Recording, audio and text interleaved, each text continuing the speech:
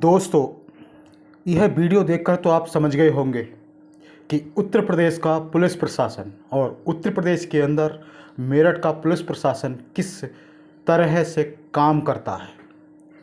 आप समझ गए होंगे कि उत्तर प्रदेश में किस तरह से जातिवाद के तहत जाति देखकर काम किया जाता है।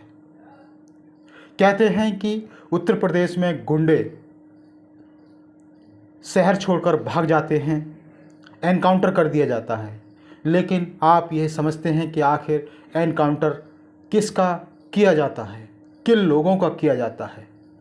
आपने सुना होगा कि योगी के उत्तर प्रदेश में अपराध करने वालों के घरों पर बुलडोज़र चलता है, लेकिन अब आप समझ गए होंगे कि बुलडोज़र किन लोगों के घरों पर चलता है, तुरंत कार्रवाई किन लोगों पर होती है। ये घटना है मेरठ के सरधना की, जिसने मेरठ से लेकर दिल्ली तक हड़कंप मचा दिया है। दोस्तों, क्या इस घटना को अंजाम देने वालों पर अब बुलडोज़र चलेगा? ये वीडियो वही जातिवाद की कहानी बयां कर रहा है। एक तरफ कुछ ऐसे केस होते हैं जिनकी कार्रवाई तुरंत की जाती है, लेकिन क्या इस घटना को अंजाम देने वालों के घरों पर अब बुलडोज़र चलेगा? आखिर इस घटना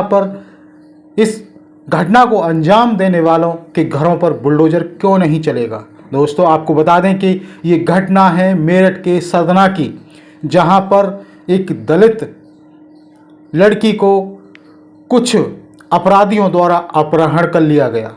और सुनने में सोशल मीडिया पर आ रहा है सूत्रों के मुताबिक कि जो अपराधी हैं वो राजपूत हैं और उनके द्वारा लड़की को अगवा कर लिया गया था, अपहरण कर लिया गया था। जब उनकी मां उनसे लड़ने के लिए पहुंची तो उनकी मां की जान ले ली गई और उसके बाद से ये मामला लगातार बढ़ता जा रहा है। तनावपूर्ण स्थिति बनी हुई है। आप देख सकते हैं इस वीडियो में पुलिस प्रशासन मुर्दाबाद के नारे लग रहे हैं। कहते हैं कि उत्तर प्रदेश का शासन टाइट है, कानून व्यवस्था टाइट है, पत्ता भी नहीं हिल सकता, लेकिन अब ये पूरा गांव ही हिल रहा है। आखिर इस पर कार्रवाई कौन करेगा? दोस्तों, उन अपराधियों पर एनएसए जैसी धाराएं लगनी चाहिए। क्या एनएसए जैसी धारा लगेंगी? अगर कोई किसी की आवाज़ उठाता है, बहुजन समाज का कोई युवा जब आवाज़ उठाता है या समाज के बीच लड़ने जाता है तो उस पर एनएसए जैसी गंभीर धाराएं लगा दी जाती हैं। लेकिन अब इस केस में आखिर क्या होगा? इस केस में कुछ होगा, कानूनी कार्रवाई होगा, या फिर सिर्फ खोखली कानून व्यवस्था की तारीफ की जाती है?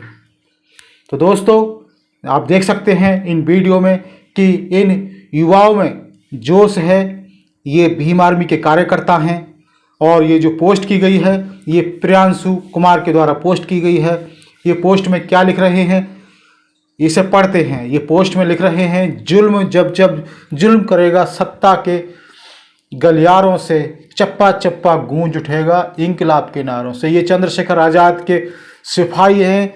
जब मैदान में कदम रखते हैं तो पीछे नहीं हटते हैं। रही बात दलितों पर हो रहे जुल्म सितम की, तो याद रखना, जब हम ताकत में होंगे तो देश छोड़कर ना भागो तब कहना। ये कह रहे हैं प्रियांशु कुमार, और प्रियांशु कुमार के द्वारा ही ये पोस्ट की गई है। दोस्तों, उत्तर प्रदेश के अंदर आखिर ये कैसी शासन व्यवस्था है? क्या इसको टाट शासन व्यवस्था कहते हैं? क्या इस तरह की घटनाओं को देखकर लगता है कि अपराधी उत्तर प्रदेश को छोड़कर भाग जाते हैं? यदि अपराधी उत्तर प्रदेश को छोड़कर भाग जाते हैं तो फिर इन अपराधों को, इन जघन्य घटनाओं को आखिर अंजाम कौन दे रहा है?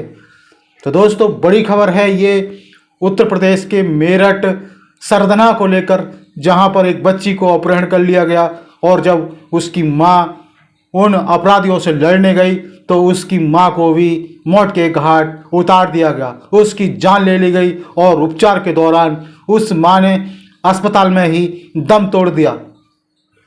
तो दोस्तों, बड़ी खबर है यदि आपने अभी तक हमारा चैनल सब्सक्राइब नहीं किया है तो चैनल को सब्सक्राइब कीजिए और बेल आइकन जरूर दबाइए, जिससे कि आपके पास इसी तरह की महत्वपूर्ण खबरों की नोटिफिकेशन आते रहें। तो फिर आएंगे एक नई और बड़ी खबर के साथ, तब तक बने रहिए हमारे साथ। धन्यवाद।